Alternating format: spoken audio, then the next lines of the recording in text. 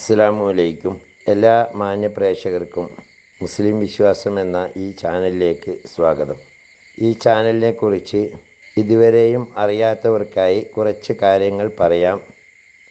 ഇത് ഇസ്ലാം മതവിശ്വാസികൾക്ക് മതത്തെക്കുറിച്ച് പ്രത്യേകമായി മതത്തിലെ കർമ്മശാസ്ത്ര വിധികൾ, അതുപോലെ പരിശുദ്ധ ഖുർആനിലെ ആയത്തുകളുടെ വിവരണങ്ങൾ, തഫ്സീറുകളെ അടിസ്ഥാനമാക്കിയുള്ള വിവരണങ്ങൾ, ഇസ്ലാമിക ചരിത്രങ്ങൾ, ഇസ്ലാമിക വിശ്വാസ സംബന്ധമായ കാര്യങ്ങൾ, ഒരു മനുഷ്യൻ്റെ തൊട്ടിൽ മുതൽ കട്ടിൽ വരെ എന്ന വിധത്തിൽ പരിശുദ്ധ ഖുർആൻ നിഷ്കർഷിച്ചിട്ടുള്ള നിയമവ്യവസ്ഥകൾ മുതലായവ അറിയാവുന്നവരെ കൊണ്ട് അറിയാത്തവർക്ക് പറഞ്ഞു കൊടുക്കാനുള്ള ഒരു വിജ്ഞാനവേദി എന്ന നിലയിലാണ് ഈ ചാനൽ മുന്നോട്ട് കൊണ്ടുപോകുന്നത്. നിരവധിയായ ഉസ്താദുമാർ ഇതിനു വേണ്ടി കണ്ടൻറ്റുകൾ നൽകി വരുന്നു.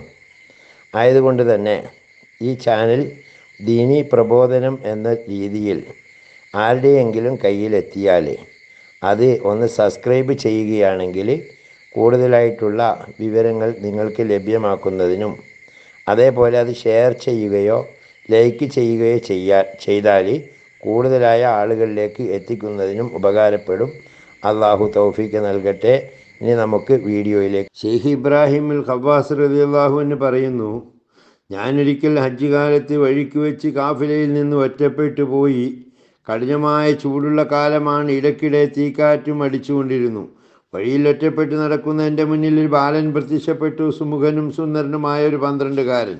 സൂര്യനെ പോലെ തിളങ്ങുന്ന മുഖം. ഞാൻ സലാം ചൊല്ലി ബാലൻ മടക്കി. പിന്നെ ബാലൻ ചോദിച്ചു, അല്ലയോ ഇബ്രാഹിം, താങ്കൾ കാഫിലയിൽ നിന്ന് ഒറ്റപ്പെട്ടു പോയല്ലേ? ഇത് കേട്ട് ഞാൻ അതിശയിച്ചു. പരഹൃദയജ്ഞാനമുള്ള ഈ ബാലൻ ആരായിരിക്കും? ഞാൻ ചോദിച്ചു, സുബ്ഹാനല്ലാഹ്, താങ്കൾക്ക് എങ്ങനെ എൻ്റെ പേരും മറ്റും മനസ്സിലായി? നാം തമ്മിൽ ആദ്യം കാണുകയാണല്ലോ. ബാലൻ പറഞ്ഞു, അല്ലയോ ഇബ്രാഹിം, ഞാൻ അള്ളാഹുവിനെ മാത്രം ആശ്രയിച്ചു, അവനെ മാത്രം സ്നേഹിച്ചു, അവങ്കൽ തവക്കുൽ ചെയ്ത് ജീവിച്ചു. സൃഷ്ടികളുമായുള്ള സർവ്വബന്ധവും വിച്ഛേദിച്ചു. അതിൻ്റെ ഫലമാണിത്. ഞാൻ ചോദിച്ചു, ഇത്ര ചെറുപ്പത്തിലോ? കുട്ടി പറഞ്ഞു, അള്ളാഹുവിങ്കൽ വലിപ്പ ചെറുപ്പം കണക്കാക്കുന്ന മാനദണ്ഡം തഖ്വ മാത്രമാണ്. പ്രായമോ മറ്റോ അതിൽ ബാധകമല്ല.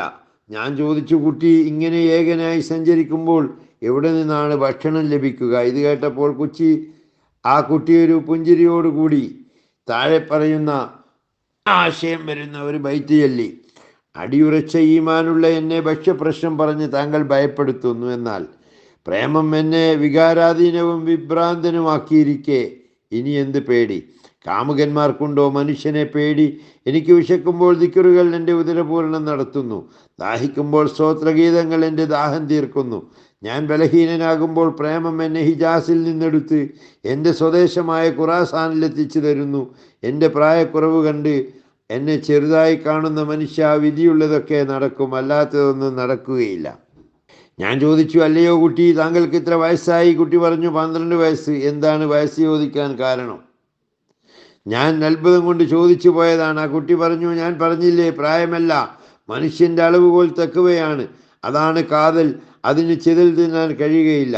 പിന്നെ ആ കുട്ടി അല്പനേരം തലതാഴ്ത്തിയിരുന്നു. എന്നിട്ട് ആകാശത്തേക്ക് കണ്ണുയർത്തിക്കൊണ്ട് ഇങ്ങനെ പാടി.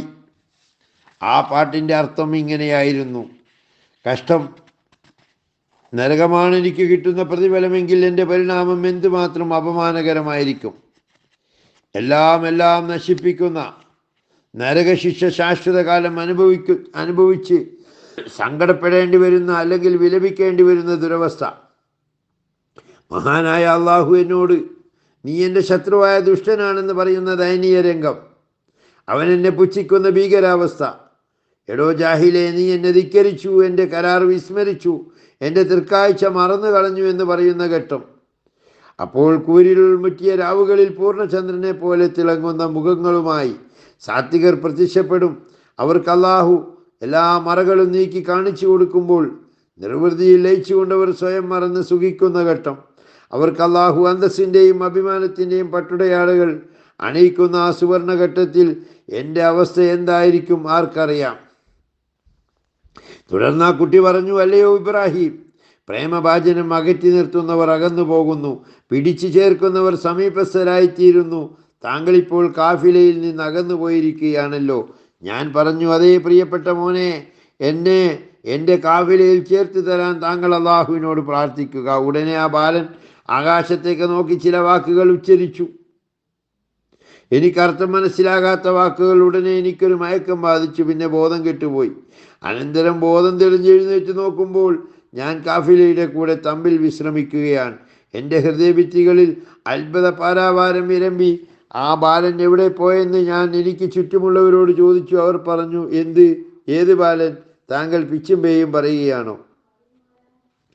ഞാൻ കാഫിലയോടൊപ്പം പിന്നെ മയക്കത്തിലായി. മക്കയിലെത്തി. കഅബയിൽ ഖുദൂമിൻ്റെ തവാഫ് ചെയ്യുകയാണ്. അപ്പോൾ അതാ ആ ബാലൻ. എൻ്റെ കണ്ണുകളെ എനിക്ക് വിശ്വസിക്കാൻ കഴിയുന്നില്ല. ബാലൻ കഅബയുടെ കില്ല പിടിച്ച് ഇങ്ങനെ അർത്ഥം വരുന്ന കവിതകൾ ആലപിക്കുന്നു.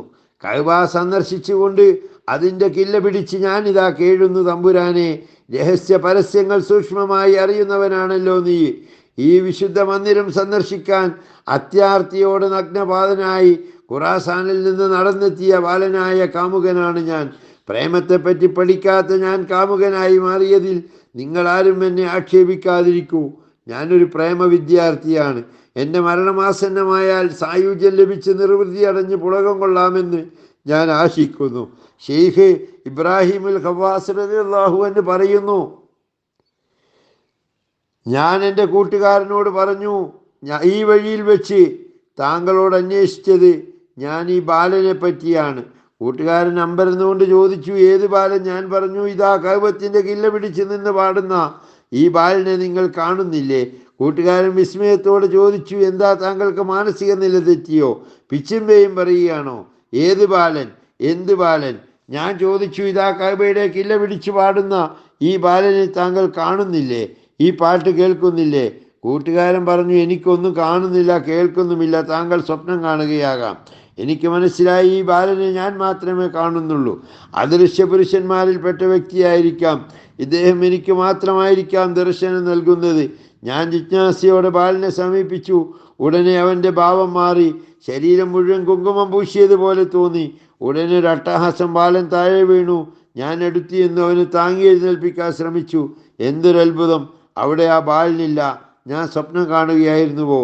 എനിക്കിന്നും പിടികിട്ടാത്ത പ്രശ്നമായി അവശേഷിക്കുന്നു. വാഹിർ ദഅ്വാനാ അൽഹംദുലില്ലാഹി റബ്ബിൽ ആലമീൻ. അസ്സലാമു അലൈക്കും വറഹ്മത്തുള്ളാഹി വബറകാതുഹു.